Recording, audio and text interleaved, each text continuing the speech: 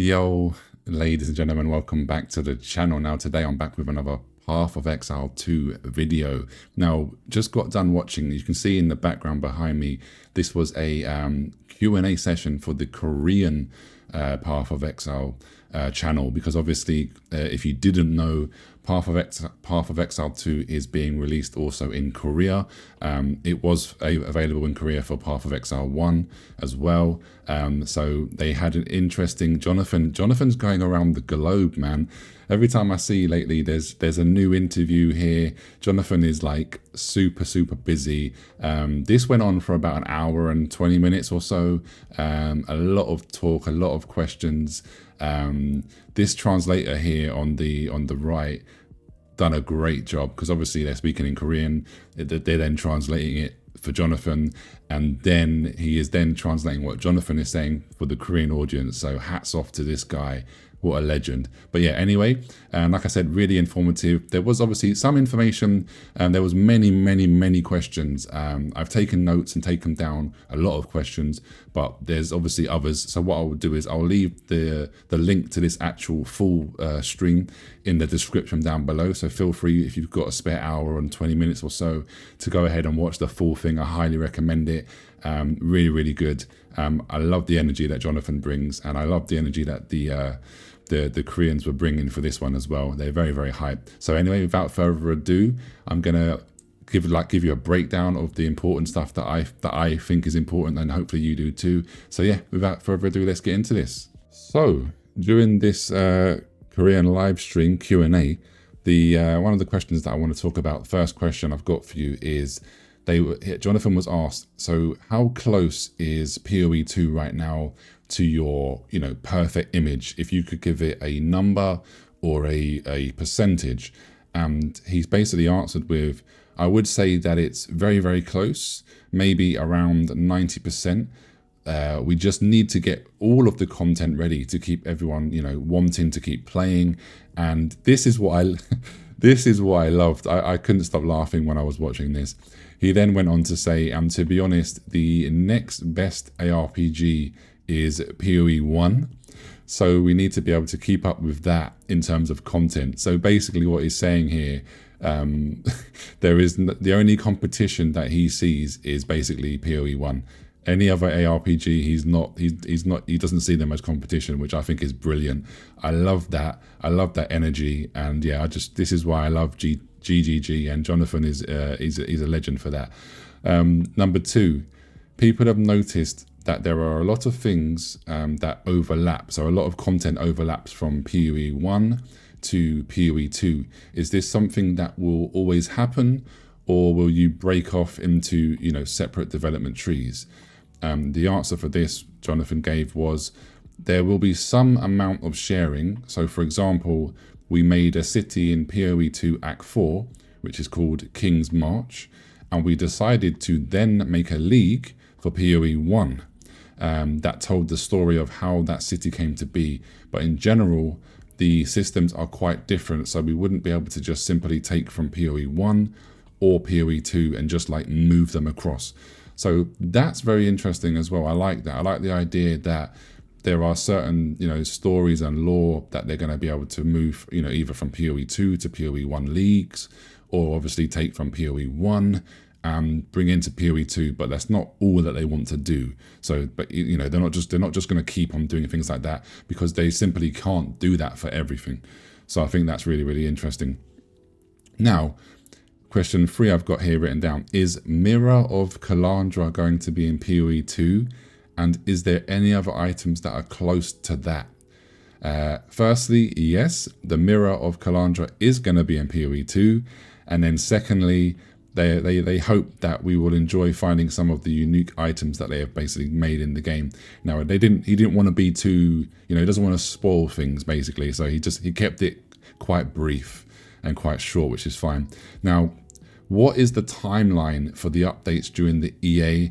And then also, what is your outlook for the full release? Now, he has touched upon this before in one of the many interviews he's done recently, but he said here that that we're looking around 6 months, with 1 year being like the longest that they would want it to go for full release. And then with regards to the EA updates, they're hoping to do these every few months. So I reckon between 6 and 8 months, because it sounds like they really do not want to go to 1 year. So we'll have to see. Obviously, things happen. Anything can change, but just keep in your mind, if you're waiting for the free version, you could be waiting up to 1 year maximum, hopefully. Now, the crafting system, from what we have seen, it seems to be very simple compared to PoE 1. Will this change later? And then he then went to say, yes, our intention is to expand this over time, but what we do want to make sure that the base level system is easier to use in PoE 2. You're going to be able to get more currencies, and you can use these more often. So there is also different options in this current crafting system than there is from PoE 1. So the person that asked the question was obviously crafting in PoE 1 is very diverse, and there's a lot of stuff to it, and they felt that the crafting system in PoE 2 is going to be too simple. I think that's great, Jonathan. They want it to be simple to a degree at the beginning, because obviously new players and players like myself, I'm not completely new, but I don't have tons of hours in PoE 1, so they want to be able to bring players like myself, and then even brand new players. They don't want to overwhelm us from the start, which I think is a very, very good ideology. Because the worst thing you don't want to do is put players off before they've even got into the game properly, right? So yeah, I'm happy with that answer. Some players really like to use a controller. So how good is the controller on PoE 2 now compared to PoE 1? And he went on to basically say that it's pretty good. It's a lot better than it was for PoE 1, but of course they're still trying to improve on this where they can, because this type of game with the skills and how they react and stuff like that. So we'll have to wait and see. But he definitely says it's better than it has been before. So we'll have to. Any controller players out there will have to find out for themselves. Now, is there going to be any in-game build guides? And basically, no. The short answer is no. But they have videos showcasing all of the skills. But they basically want us as players, to play how we like and to experiment and just enjoy the game. They don't want to be telling you how to play the game. Basically, this is the build you should do and stuff like that. So that's fine. Basically, for PoE 1, there was a traditional item that came for the Korean servers. So the question was, will there be any traditional items like there was for PoE 1 coming to PoE 2? He said that most likely there will be, but just remember that every PoE 1 microtransaction will work in PoE 2 on full release. So if you've been a long-term PoE 1 player and you have loads of items and cosmetics, you'll be able to use all of those on full release in PoE 2. So that's, again, great news for long-term veteran players. Now, this one was a really interesting question, actually, for me, in my opinion. The question was, will the demon form and the animal forms have any cosmetics? And he said, yes, we're planning on making some cosmetics for these forms later on, but just basically you're not going to be able to put on like armor and stuff. They're going to have to make completely separate cosmetics for those forms, which I think is pretty cool and neat as well, because people love to buy cosmetics and skins and stuff like that. So that will help the game. Now, another question was about mid-season updates. Will that ever be a thing in Path of Exile 2? And basically no, because they've tried this before in PoE 1 and it didn't result in any players like coming back to the game. So they prefer to do large updates, like every 3 months or so. That's the formula, that's the cadence that they're going to basically stick to for Path of Exile 2. Now, this is another interesting one as well that I wasn't sure about, because I've tried to find some information and I didn't. So how does multiplayer work in PoE 2? So basically we can play from straight away with up to 6 players from the get-go. It's been balanced so that you can obviously play the game solo or with players. And then interestingly enough, in multiplayer, during the campaign, you're going to be able to resurrect your teammates. so you don't need to leave them behind, for example. But then when we get to the end game, the resurrections are basically no longer available. So when we get to the hard end game stuff, you're just going to have to just not die, basically. So you're going to have to, you know, high risk, high reward type of gameplay. Now, what has been done to balance out the melee and the element types of skills? So he went on to say that they've tried to make each skill useful. For example, like for me, I'm going to play the sorceress. So I might, before in other games, I might just want to really hone in on being a fire mage or an ice mage, for example. And basically he was saying, you're not really going to, you can play like that, of course, but you're going to want to use all of the elements to get the most out of it, because there's obviously combos and synergies that work really, really well together.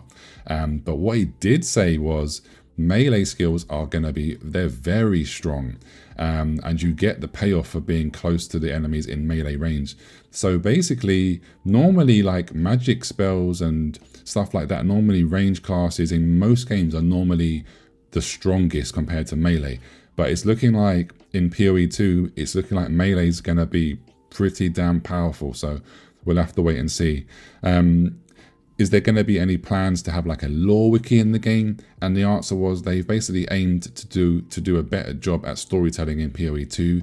But he is actually keen on having like a lore book where we can see all of the lore and the information that we have found. So it's not been done yet, but it is something that they're, you know, hoping to get into the game later on. So I'll be quite interested in that as well, because you don't always read everything, right? But it'd be nice to be able to go back and check it out and really, you know, dive deep into the story. So yeah, we're going to see. And then this one was about like using third-party stuff. So PoE 1 is kind of infamous for having to need to use a lot of third-party tools. Have you made it so in PoE 2 that we don't need to use those as much? And the answer was yes. They've tried to make it easier to understand, and they show a lot more information about all of the different components about a skill. But he's basically saying that he's pretty damn sure that most people are going to want to still use the path of building, because one thing that they're never going to do is let us try out a build with items that we don't have, whereas in path of building you can do that. So the answer is basically they've tried to make it so that we don't have to use as much third parties, like, you know, tools and websites and stuff. But he knows that players will still use certain ones most likely because they deem those as like mandatory in their eyes, basically. Now, the last question that I'm going to talk about and then leave you guys is, will you add mounts later on? And obviously currently there is only one mount, which is going to be for the ranger. And it sounds like they're planning to keep it at that for the time being. He is open to maybe doing another mount, but he's not sure when and if for sure. But he did say if they do another mount, it's most likely going to be for the melee classes. So it's looking like he wants to keep the mounts specific to certain classes if they obviously do it, which is, I think, is very interesting. I personally love mounts and in RPGs and games and stuff like that. Like, it's not a big deal, but yeah, it's just very interesting to see the you know, the thought process behind that, and why they're not open to having everyone on mounts. So yeah, that was interesting to hear. But yeah, anyway guys, like I said, I wanted to keep this as short as possible, because like I said, there is so much information in the live stream. It's a very long stream, so again, like I said, if you want to watch, I recommend watching the whole thing if you've got some time. It's in the description, like I said, just down below. So yeah, that's gonna be it. Very, very excited. We're very, very close now to being able to jump into the game, and I'm looking forward to bringing some more content, especially around the sorceress, to my channel. So if you've enjoyed this one, don't forget to leave me a comment down below, and if you're new to the channel, please consider subscribing. It really helps me out. But anyway, catch you in the next video. Take care, see you soon, peace.